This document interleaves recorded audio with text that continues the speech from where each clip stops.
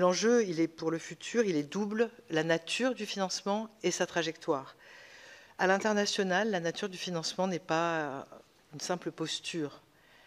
La nature du financement a des conséquences immédiates. Monsieur le rapporteur, vous le savez, à Berlin, nos amis allemands nous ont fait savoir qu'une budgétisation, c'était un flirt beaucoup trop étroit avec l'État et que ça n'était pas conforme à la législation allemande. Donc, on est avec une épée de Damoclès sur notre tête. On ne sait pas si on ne va pas perdre notre fréquence FM à Berlin qu'on a depuis 24 ans parce que nous serions budgétisés.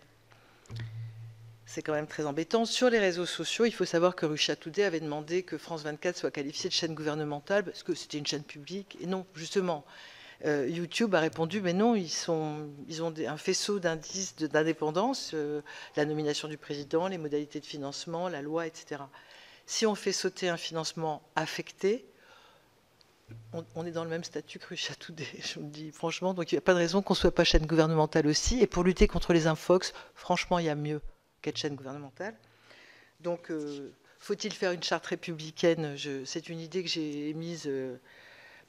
Je pense qu'il faut une charte républicaine de l'indépendance, comme la BBC en a une, pour garantir à l'international notre indépendance, c'est important, mais les modalités de financement aussi.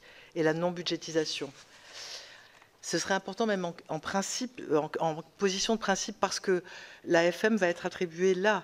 Elle ne va pas attendre qu'on ait fini notre discussion. Donc, moi, je demande au Parlement de nous donner une position de principe pour dire qu'on gardera une recette affectée, quelle que soit sa forme.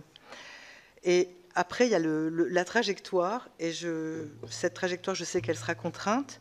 C'est pourquoi je redis ici que puisque nos dépenses à France Média Monde sont calculées dans l'aide publique au développement française à hauteur de 20 millions, c'est-à-dire 20 millions de ce qu'on fait, est repris dans le calcul de l'aide publique française au développement, je dis juste, eh bien, mettons les recettes qui vont en face de ces dépenses en aide publique au développement, ça allègera le reste du secteur et ça nous permettra, nous, de continuer à ne pas décrocher face à la concurrence internationale, alors même qu'il s'agit, à travers de l'ensemble de nos actions, de favoriser la liberté d'informer, qui est un bien précieux, qui est le fondement de la démocratie, qui est malmené à l'échelle du monde.